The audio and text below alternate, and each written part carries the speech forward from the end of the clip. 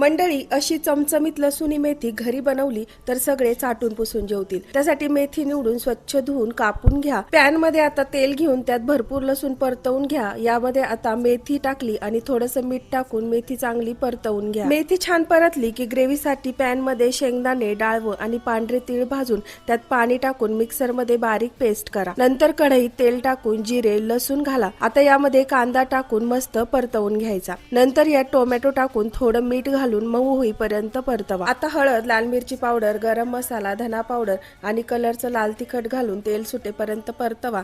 नंतर त्यात पेस्ट टाकून पाणी ऍड करून छान परतवा। थोडीशी ग्रेव्ही शिजू द्या।